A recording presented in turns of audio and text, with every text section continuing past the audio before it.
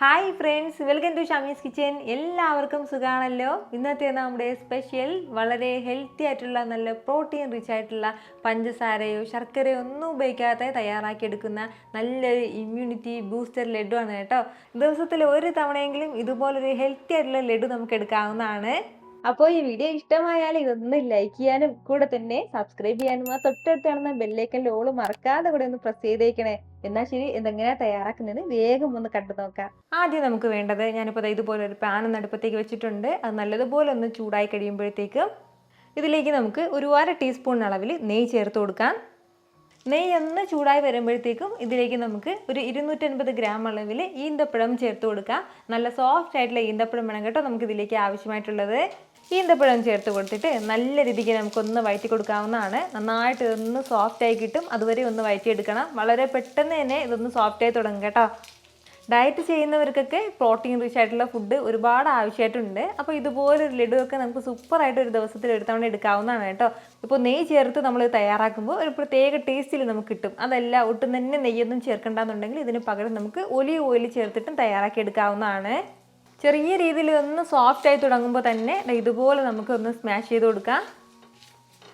ഒരല്പസമയം ഒന്ന് വഴറ്റി കൊടുക്കുമ്പോഴത്തേക്കും ഈ ഒരു രീതിക്ക് നമ്മുടെ ഈന്തപ്പഴം എല്ലാം നന്നായിട്ട് തന്നെ ഒന്ന് സോഫ്റ്റായി കിട്ടും. അപ്പോൾ ഇത്രയും ആയിക്കഴിഞ്ഞാൽ ഇനി നമുക്ക് ഇത് മറ്റൊരു പ്ലേറ്റിലേക്ക് ഒന്ന് മാറ്റാവുന്നതാണ്. ഇനി അതേ പാനിലേക്ക് തന്നെ ഒരു 1/2 ടീസ്പൂൺ അളവിൽ കൂടി നെയ്യ് ചേർക്കാം. ഇനി നമുക്കിതിലേക്ക് വേണ്ടത് ഒരു 1/4 കപ്പ് അളവിൽ ബദാമാണ്. ബദാം ചെറുതായിട്ടൊന്ന് അരിഞ്ഞെടുത്തിട്ടുള്ളതാണ്.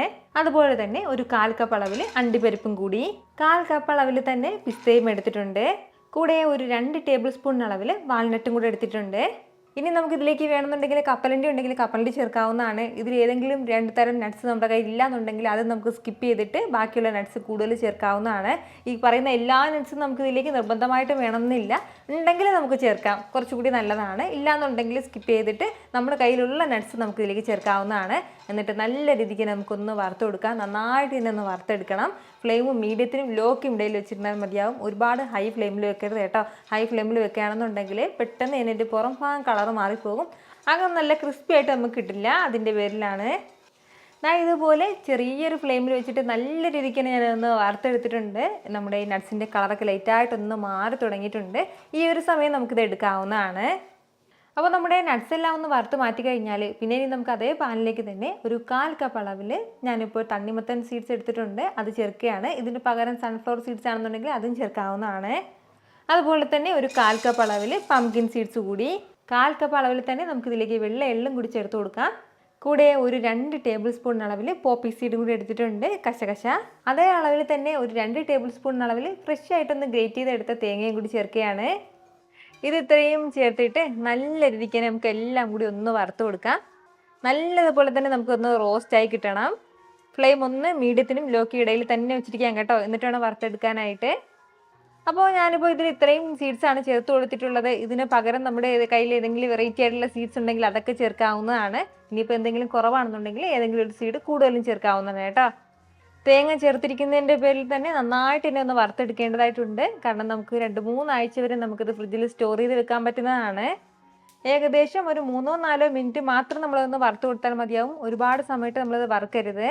അതായത് ഇപ്പോൾ നമ്മളിങ്ങനെ ഒന്ന് വറുക്കാൻ തുടങ്ങിയിട്ട് ഏകദേശം ഒരു 3 മിനിറ്റോളം ആയിട്ടുണ്ട്. നന്നായിട്ട് തന്നെ ഇപ്പോൾ നമ്മുടെ എള്ളൊക്കെ ഇങ്ങനെ പൊട്ടി തുടങ്ങിയിട്ടുണ്ട്. ഈ ഒരു സമയം നമുക്ക് ഫ്ലെയിം ഓഫ് ചെയ്യാവുന്നതാണ്. അപ്പോൾ നമ്മുടെ നട്ട്സും സീഡ്സും ഈന്തപ്പഴം എല്ലാം ഞാനിപ്പോൾ ഒരു ബൗളിലേക്ക് മാറ്റിയിട്ടുണ്ട്. ഇതുപോലെ ഒരു ബൗളിലേക്ക് മാറ്റി കഴിഞ്ഞാൽ ഇനി നമുക്ക് വേണ്ട എന്താണെന്ന് വെച്ചാൽ ഒരു ചെറിയൊരു പിഞ്ച് അളവിൽ മാത്രം ജാതിക്ക പൊടിച്ചതും കൂടി ചേർത്ത് കൊടുക്കാം. നമ്മൾ ഈ ജാതിക്ക പൊടി ചേർത്ത് കൊടുക്കുമ്പോഴത്തേക്കും നല്ലൊരു ഫ്ലേവർ കിട്ടും കേട്ടോ. അതിന് വേണ്ടിയിട്ട് മാത്രമാണ്. ഈ ജാതിക്ക പൊടി ഇല്ലാന്നുണ്ടെങ്കിൽ നമുക്ക് സ്കിപ്പ് ചെയ്യാവുന്നതേ ഉള്ളൂ കേട്ടോ. ചെറിയൊരു ഫ്ലേവർ കുറവ് മാത്രമേ ഉണ്ടാവുള്ളൂ.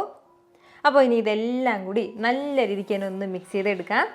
നന്നായിട്ട് നമ്മൾ പ്രത്യേകിച്ച് ഇതിലേക്ക് വേറെ ഒന്നും ചേർക്കരുത്. നമ്മുടെ ഈന്തപ്പഴം തന്നെ മതിയാവും നല്ലതുപോലെ ഇതൊന്ന് മിക്സ് ചെയ്തെടുക്കാനായിട്ട്. ഈ ഒരു രീതിക്ക് നന്നായിട്ട് തന്നെ ഞാനിതൊന്ന് കുഴച്ചെടുത്തിട്ടുണ്ട്. ഇതുപോലെ ഒന്ന് മിക്സ് ചെയ്തെടുത്ത് കഴിഞ്ഞാൽ പിന്നെ നമുക്ക് വേണ്ടത് നമുക്ക് ഇഷ്ടമുള്ള ഷേപ്പിന് ഇതൊന്ന് റോൾ ചെയ്തെടുക്കാവുന്നതാണ്. ഇതിൽ നിന്ന് ഒരല്പം മിക്സ് കയ്യിലേക്ക് എടുത്തിട്ട് നല്ലതുപോലെ തന്നെ നമുക്കൊന്ന് റോൾ ചെയ്തെടുക്കാം. അതല്ലാന്നുണ്ടെങ്കിൽ നമുക്ക് ഏതെങ്കിലും ട്രെയിൽ വെച്ചിട്ട് സെറ്റ് ചെയ്തെടുത്തിട്ട് അങ്ങനെ വേണമെന്നുണ്ടെങ്കിൽ അങ്ങനെ ചെയ്തിട്ട് നമുക്ക് കട്ട് ചെയ്തെടുക്കാവുന്നതാണ്. ഞാനിപ്പോൾ ചെറിയ ചെറിയ ബോൾസ് ആക്കിയിട്ടാണ് കേട്ടോ തയ്യാറാക്കി എടുക്കുന്നത്.